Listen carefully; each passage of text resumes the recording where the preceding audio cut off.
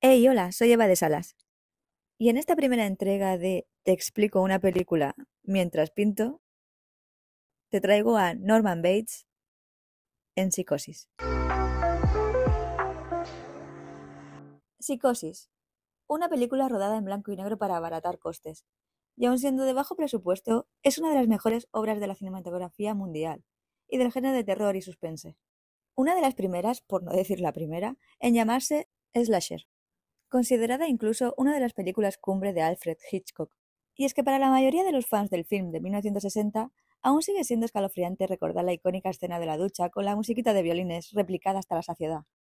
Creo que no hace falta ver Psicosis para reconocer ese momento. Y decidme si nunca habéis pensado en esa situación mientras os ducháis. Yo sí.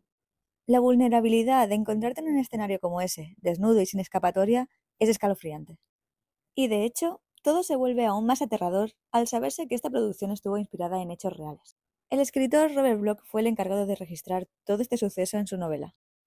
Estoy segura que a estas alturas, después del estreno de la nueva temporada de la serie Monster, ya conoceréis la historia de Ed Gein. Pues sí, Norman Bates está inspirado en este asesino. Y si aún no habéis visto la serie, ya os explico yo quién era Ed Gein. Ed era considerado el típico rarito que vive aislado en un pueblo pequeño.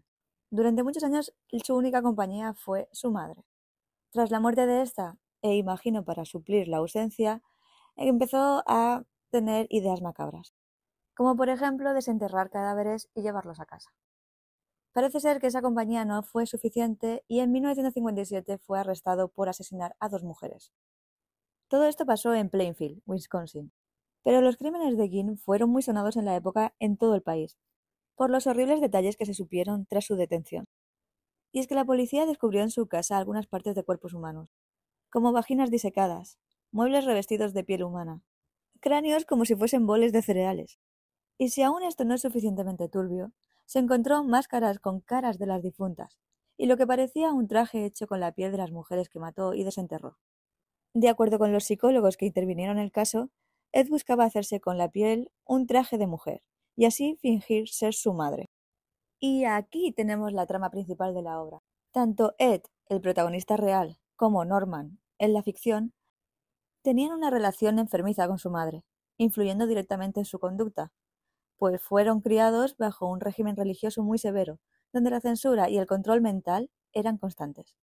Robert Bloch, quien en ese momento vivía a tan solo 56 kilómetros de donde se llevaron a cabo los sonados crímenes, ya llevaba tiempo imaginando una historia similar, en la que el inofensivo vecino de la casa de al lado en realidad se trataba de un sanguinario asesino que había logrado engañar a todo un pueblo. El personaje protagonista de la novela de Bloch lleva el nombre de Norman Bates, y su historia tiene muchas similitudes a las de Ginn, al igual que la versión para la gran pantalla interpretada magníficamente por el legendario actor Anthony Perkins. Y precisamente esta es la imagen que estoy pintando y de lo que vamos a hablar en este momento. Porque la relación entre Anthony Perkins y su icono personaje Norman Bates en Psicosis es uno de los casos más comentados en la historia del cine, tanto por su impacto artístico como por sus consecuencias personales y profesionales. Antes de interpretar a Norman Bates, Anthony ya era un actor prometedor en Hollywood. Su imagen era la de un joven sensible, elegante y algo tímido, ideal para papeles románticos como un galán atípico. Así que cuando Alfred Hitchcock lo eligió, la decisión fue brillante precisamente por esa imagen de chico bueno. A mí personalmente son de las cosas que más me gusta. El contraste y el engaño estereotipando personajes me parece una genialidad. Y en este caso, la mezcla de ternura, culpa, represión y locura hizo que Norman Bates se convirtiera en una de las figuras más icónicas del cine. Y Perkins, sobre todo, aportó una profundidad psicológica a ese personaje. Su actuación fue alabada, pero también lo encasilló para siempre. El público y la industria empezaron a identificarlo únicamente con el personaje del asesino trastornado, lo que afectó seriamente a su carrera posterior. Durante los años 60 y 70 trabajó en el cine europeo, en Francia e Italia, y en el teatro. Sin embargo, nunca logró desprenderse del todo de la sombra de Norman Bates. Tanto fue así que en los años 80 volvió a interpretar a Norman en tres secuelas, Psicosis 2, 3 y 4, consolidando aún más la asociación entre actor y personaje. Perkins parecía tener una relación de amor-odio con Bates. Amor porque lo inmortalizó, pero odio porque limitó su desarrollo artístico y lo marcó emocionalmente. Anthony fue una persona reservada y compleja, con una vida íntima llena de contradicciones. Hay que recordar que cuando se convirtió en estrella, Hollywood era profundamente homofóbico. Todos los actores sabían que ser identificado como homosexual podía acabar perfectamente con su carrera, porque el público conservador no aceptaba que sus ídolos masculinos fueran vistos como no viriles. Anthony vivía un gran conflicto interno, influido por la moral de la época y por su educación puritana. Este conflicto lo llevó a buscar tratamientos para corregir su orientación sexual. Se sometió a terapia de conversión, mediante psicoterapia o incluso electroshock. Se cree que estos tratamientos lo afectaron profundamente y contribuyeron a su timidez, ansiedad y sensación de culpa. En 1973 se casó con Berry Berenson. Fue una relación genuinamente afectuosa, aunque compleja. Se dice que Berry sabía sobre su pasado amoroso con hombres, y lo aceptaba. Ambos compartían una vida discreta y familiar. Incluso tuvieron 2 hijos. A pesar de que Anthony seguía siendo un hombre con deseos homosexuales, parece que encontró cierta estabilidad emocional con su matrimonio. Me da la sensación de que Berry debió quererlo muchísimo. Fue un gran apoyo durante los años en que él contrajo VIH. A mediados de los años 80, Perkins fue diagnosticado con VIH, pero mantuvo su enfermedad en secreto, como muchas otras cosas durante su vida, hasta su muerte en 1992. Y como curiosidad, Berry, su esposa, falleció en 2001, en los atentados del 11 de septiembre. Ella viajaba en uno de los aviones que se estrelló contra el World Trade Center. En una de sus últimas entrevistas declaró: "No siento vergüenza por haber sido Norman Bates, pero sí siento tristeza por el miedo que me acompañó toda la vida". Y creo que esta frase sirve como eje perfecto para una comparativa profunda entre Norman Bates y Anthony Perkins, porque ambos compartieron un mismo conflicto esencial, el miedo a revelar su verdadero yo. Los dos tenían una identidad oculta, reprimiendo en ambos casos sus impulsos sexuales y dando una apariencia exterior de chico tímido. Los dos tienen miedo a ser descubierto. El terror de Norman es literal. Teme que los demás descubran su crimen y su locura. El miedo de Perkins era social y emocional. Temía perder su carrera, su reputación y el cariño del público si se conocía su verdadera identidad. Y justamente eso, la necesidad de amor y aceptación, es lo que los dos también comparten. Analizando un poco te das cuenta de la dualidad interna que tienen los dos.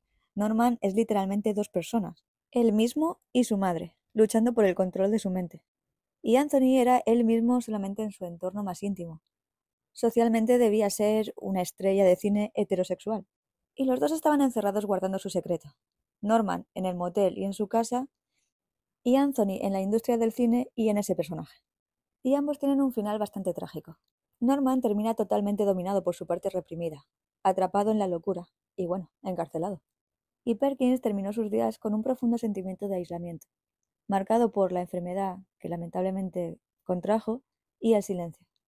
Así que podemos decir que Norman Bates es la metáfora del monstruo que nace cuando se niega la verdad interior. Y es bastante triste, la verdad. En el fondo, ambos representan la soledad de quien oculta su identidad, uno en la ficción y otro en la vida real. Y quizá por eso Perkins logró interpretar a Norman Bates con tanta autenticidad, porque comprendía, en su propia piel, lo que era vivir bajo una máscara. Y yo terminaría con una frase que une a ambos de manera poética y trágica. Vivieron atrapados entre el miedo de ser descubierto y la necesidad de ser amado tal como eran. Y decidme ahora si vosotros también conocíais la vida de este actor y si habéis visto la película de Psicosis, que espero que sí, porque he hecho muchísimo spoiler. Decidme si vosotros también le disteis una vuelta psicológica a este personaje, y si como yo también habéis encontrado estas similitudes con el actor. Espero que os haya gustado este primer vídeo de Os cuento historias mientras pinto, y espero que le deis apoyo para poder hacer muchos más.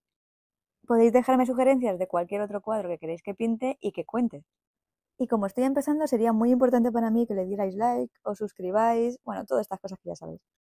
También podéis seguirme en otras redes sociales poniendo mi nombre. Y ahora os enseño el cuadro terminado y el simbolismo de esa imagen oculta que solamente se puede ver si haces una foto e inviertes los colores.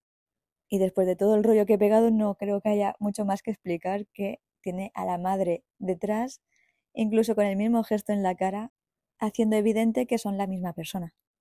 Os enseño la reacción del testeador de los cuadros, que es Pablo. Vale, has hecho la foto, ahora dale el toque mágico, inviértelo. Yeah. Qué pasote, ¿eh? Joder. Ajá. ¿Quién diría que está ahí, eh? ¿Te gustó? Sí, sí. ¡Uy, mierda! Que lo jodo. ¿Qué os ha parecido la idea? Y si habéis llegado hasta aquí, muchísimas gracias por haber visto todo el vídeo. Nos vemos en la próxima.